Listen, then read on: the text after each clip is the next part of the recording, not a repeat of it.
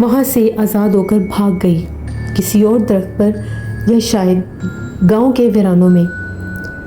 اگلی صبح جب اس راستے سے لوگ اپنی ضرورت کے کاموں کے لیے گزرے تو ایک شخص کو کراہتے اور روتے دیکھا، بری حالت میں مبتلا، جو اس کنڈیشن میں تھا کہ رینگ رہا ہے، اور حلیہ ایسا تھا کہ دیکھ کر خوف اور وحشت آ رہی تھی۔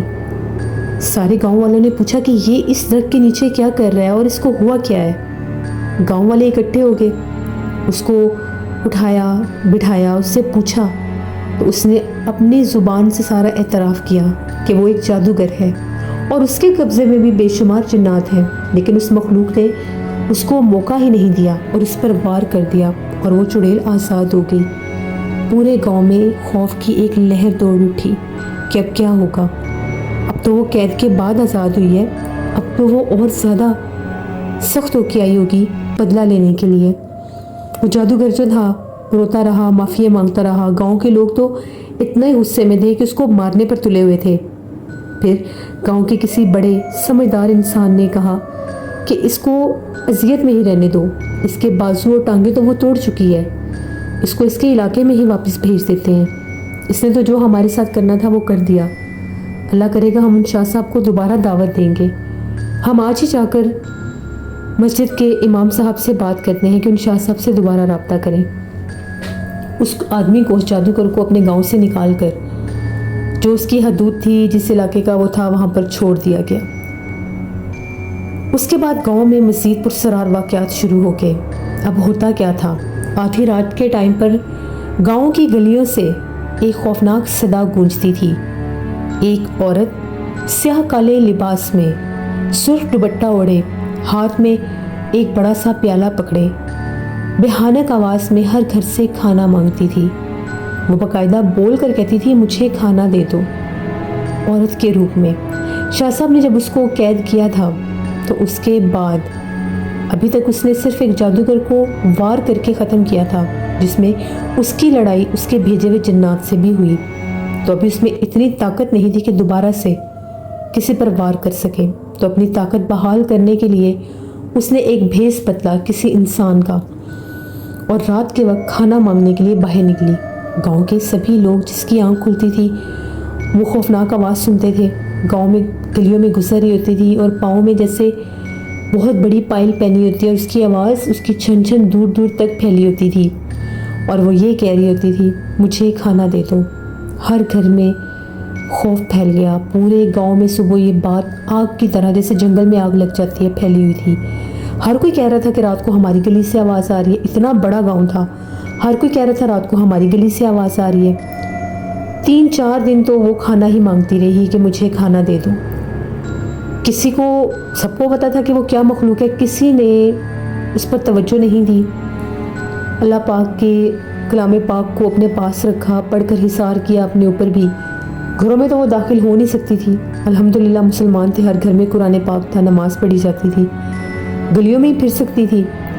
اس کے بعد کیا ہوا کہ گاؤں میں ایسے رات کو لگتا تھا جیسے کوئی گھوڑا بھاگتا ہے اور خوفناک آوازیں گونجتی ہیں، بڑی بھیانک آوازوں میں وہ آفت۔ اس نے بہت سے جانوروں کو نشانہ بنایا اور قبرستان میں بھی وہ گئی، وہاں پہ اس نے مردوں کو بھی نقصان پہنچایا۔ یہ بھی سننے میں آیا تھا کہ گورکن نے بتایا کہ بہت سی قبروں پر بھی میں نے کسی مخلوق کو، کسی عورت نما مخلوق کو دیکھا ہے، لیکن اس کا قد بہت لمبا اور سر بہت لمبا ہوتا ہے۔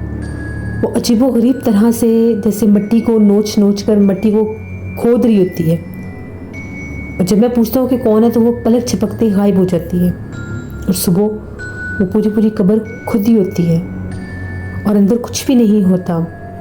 اب یہ واقعات بہت زیادہ بڑھنے لگ گئے، پورا گاؤں، پورا علاقہ خوف میں مبتلا ہو گیا۔ امام صاحب نے بہت بار کوشش کی ان سید صاحب سے دوبارہ ملنے کی، رجوع کرنے کی، مگر وہ اپنے شہر سے کہیں باہر تھے۔ ان کو واپس لوٹتے لوٹتے 10 دن گزر گئے۔ 10 دن میں اس نے گاؤں میں بہت زیادہ خوف برپا کر دیا، بچے بیمار ہو گئے، گھر کے اندر قید ہو کر رہ گئے۔ گھر کے جو بڑے بزرگ بیمار بھی اگر ہوتے تھے تو شام کے بعد کوئی دوائی لینے باہر نہیں نکلتا تھا، اس خوف سے کہ وہ کہیں بھی نظر آ سکتی ہے۔ ہر وقت عورت کے روپ میں مغرب کے بعد ایگزیکٹلی 10-11 بجے کے بعد وہ ظاہر ہونا شروع ہو جاتی تھی۔ پھر فجر کی اذان تک وہ اپنا آپ ظاہر کرتی تھی۔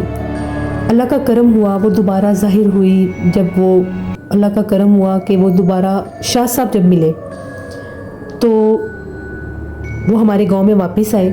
جب گاؤں میں وہ واپس آئے انہوں نے کہا کہ بہت سخت میں نے اس پر حصار کیا تھا، جس کو اس جادوگر نے توڑ کر اپنا بھی نقصان کروایا۔ اگر اس کے پاس وہ شیطانی قوتیں نہ ہوتی اور کوئی عام انسانی حرکت کرتا تو ایک پل بھی یہ مخلوق اس کو زندہ نہ چھوڑتی، اتنی سخت مخلوق ہے۔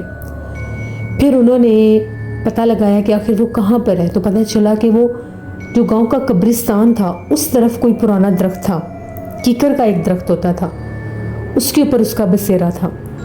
پھر شاہ صاحب نے وہاں پر پڑھائی کی، پڑھائی کر کے اللہ کے حکم سے جب اس نے اپنا آپ اس کیکر کے درخت پر ظاہر کیا تو ایک جیسے ہڈیوں کا ڈھانچہ نما کوئی عورت ہوتی ہے، بڑی لاغر، بڑی کمزور، اس روپ میں وہ ظاہر ہوئی۔ تو شاہ صاحب نے کہا کہ اب تم نہیں بچ سکتی، تم نے پھر سے اس گاؤں کے لوگوں کو تنگ کرنے کی کوشش کی۔ تو چیخ کر یہ کہہ رہی تھی کہ مجھے اس جادوگر نے آزاد کیا تھا، میں خود سے آزاد نہیں ہوئی، مجھے چھوڑ دیں۔ لیکن شاہ صاحب نے اس مخلوق، اس چڑیل کو اسی درخت کے اوپر، کیکر کے درخت کے اوپر جلا کر بھسم کر دیا تھا۔ انہوں نے اپنی پڑھائی سے پہلے اس کو اس درخت کے اوپر قید کیا، اس درخت کے چاروں طرف جڑوں میں کیل لگائے گئے اور پھر انہوں نے اس درخت کو آگ لگوا دی۔ جب اس درخت کو آگ لگی ہوئی تھی، وہ ایک سوکھا ہوا بنجر درخت تھا، جب اس کو آگ لگی ہوئی تھی تو اس میں سے خوفناک چیخیں گونج رہی تھیں۔ ایسے لگ رہا تھا کہ جس طرح سے کوئی بھیانک مخلوق جل رہی ہے اور وہ خوفناک چیخیں نکال رہی ہے۔ اس کے جل جانے کے بعد سینکڑوں کی تعداد میں چیلیں اور گدھیں اس درخت کے اوپر منڈلانے لگ گئی۔ شاہ صاحب نے کہا کہ اس درخت سے پیچھے ہٹ جاؤ، اب اس درخت کو یہ درخت اب کبھی بھی ہرا نہیں ہو سکتا، اس کے ساتھ ہی وہ جل کر راکھ ہو چکی ہے۔ ہمارے ابو بھی اس گاؤں کے تھے، انہوں نے اپنی آنکھوں سے یہ سارے واقعات دیکھے، یہ ابو کے سامنے کی ساری باتیں ہیں جو انہوں نے ہمیں بتائیں۔ اس گاؤں میں ہم لوگ آج بھی جاتے ہیں، اب تو اس کیکر کے درخت کے آثار بھی نہیں رہے، لیکن وہ جگہ دیکھی جاتی ہے آج بھی اور خوف آتا ہے، وہاں پر لوگ ڈر کے مارے نہیں جاتے۔ تو یہ ہمارے گاؤں کی ایک کہانی تھی جو ابو جی ہمیں ہمیشہ سناتے ہیں اور سنایا کرتے ہیں۔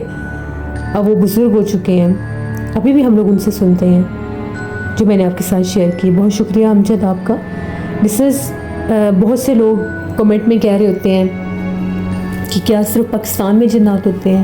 ایسی کوئی بات نہیں ہے، جنات اللہ کی مخلوق ہے، ہم سے زیادہ ہیں تعداد میں، اور انسان کے بننے سے پہلے کی یہ مخلوقات ہیں۔ جب اللہ نے اشرف المخلوقات بنائی تو ان جنات کو انسانوں سے دور کر دیا گیا۔ تو یہ دنیا کے ہر کونے میں ہے، ہر جگہ پر ہے۔ بہت سی ہارر سٹوریز انڈیا سے بھی میرے پاس آئی ہیں، اور انڈیا کے بھی بہت سے ایسے ریالٹی شوز اور ہارر سٹوریز شوز ہیں جہاں پر وہاں کی سٹوریز بتائی جاتی ہیں۔ اب ہم پاکستانی یوٹیوبر ہیں، ہمارے پاس زیادہ ہماری ہی کنٹری کی سٹوریز ہوتی ہیں جو ہم لوگ شیئر کرتے ہیں۔ اللہ سے ہمیشہ رحم مانگنا چاہیے۔ مجھے انڈیا سے بھی میرے بہت سے لسنرز سٹوریز شیئر کرتے ہیں جو میں آلریڈی شیئر کر چکی ہوں۔ تو اللہ سے رحم مانگنا چاہیے کہ یہ مخلوقات کبھی بھی انسان کو نقصان نہ دیں، نہ ہی ڈرائیں اور نہ ہی پیچھے آئیں۔ ابھی آج آپ لوگوں نے میرے چینل پر شارٹس بھی دیکھے ہوں گے، تو ہم لوگوں کی گلی میں بھی سننے میں آیا ہے کہ ہم لوگوں کے علاقے میں بھی کچھ ہارر ایکٹیویٹیز ہیں، کہ یہاں پر بھی کچھ اثرات پائے جاتے ہیں۔ زیادہ تر یہاں پر پلاٹس خالی ہیں، گھر خالی ہیں، لوگوں نے بنا کر بند کیے ہوئے ہیں، تو اکثر ایسے معاملات یہاں پر بھی سننے کو آئے ہیں۔ جو ہارر شارٹس آپ نے آج دیکھے ہیں جس میں نے ایک بلی کی آنکھیں لگائی ہیں، نو ڈاؤٹ وہ ایک نارمل بلی ہے، لیکن اس کی آنکھوں کی جو چمک اور وہ رات کے ٹائم کتنی بھیانک لگ رہی ہے، وہ چیز میں نے آپ لوگوں کے ساتھ شیئر کی۔ اس کے علاوہ ہم لوگ گلی کا سامنے سے کچھ حصہ میں اور میری سسٹر ہم لوگ شیئر کرنے لگے تھے، جن کا اسکیری اردو ٹیلز چینل بھی ہے۔ گلی میں کوئی بھی نہیں تھا، تو آپ یقین کریں میں نے قسم بھی اس میں اٹھائی ہے، مجھے باقاعدہ لگا کہ پیچھے سے کوئی چل کر آ رہا ہے، تو مجھے یہ تھا کہ شاید کوئی آدمی آ رہا ہوگا کسی گھر کا۔ میں نے فوراً سے کیمرہ پین کیا، پیچھے دیکھا تو پیچھے کچھ بھی نہیں تھا، لیکن آواز واضح تھی۔ بس پھر ہم لوگوں نے وہاں پر رکنا مناسب نہیں سمجھا اور فوراً سے ہم لوگ اندر آ گئے۔ تو ایسے معاملات ہر جگہ پر ہوتے ہیں، یہ بھی انسانوں میں ہی رہتے ہیں، انسانوں کے گھروں کے آس پاس سے بھی گزرتے ہیں۔ اللہ ہماری حفاظت کرے۔ یہ تھی آج کی خوفناک کہانی۔ اپنا فیڈ بیک مجھے ضرور دیں، آپ لوگوں کو کیسی لگی۔ آپ لوگ بھی اپنی خوفناک کہانیاں شیئر کر سکتے ہیں ڈسکرپشن باکس میں دیے گئے ای میل آئی ڈی noshinbek57@gmail.com پر. اس کے علاوہ آپ لوگ مجھے کمنٹ باکس میں بھی اسٹوری شیئر کر سکتے ہیں. ہارر اسٹوریز اردو پر بلی ناول اینڈ ہو چکا ہے. اب میں کوئی نیا ناول دوں گی یا ہارر اسٹوریز دوں گی، یہ انشاءاللہ میں جلدی ڈیسائیڈ کروں گی، اور اس پر بھی جلد از جلد کوئی اسٹوری یا ناول سٹارٹ ہو جائے گا. اسکیری اردو ٹیلز میری سسٹر کا چینل ہے، ان کو بھی جا کے سبسکرائب کریں اینڈ سپورٹ کریں. جو لوگ بھی میرے چینل کو دیکھ رہے ہیں، وزٹ کر رہے ہیں، خوفناک کہانیاں سن رہے ہیں، چینل کو سبسکرائب کیا کریں اور ویڈیوز کو شیئر کیا کریں. آپ کی سپورٹ ہی مجھے ہمت دیتی ہے آگے بڑھنے کی. انشاءاللہ کل آپ لوگوں کے ساتھ پھر ملاقات ہوگی کسی نئی خوفناک کہانی میں. Thank you for listening my stories. Stay blessed. اللہ نگہبان.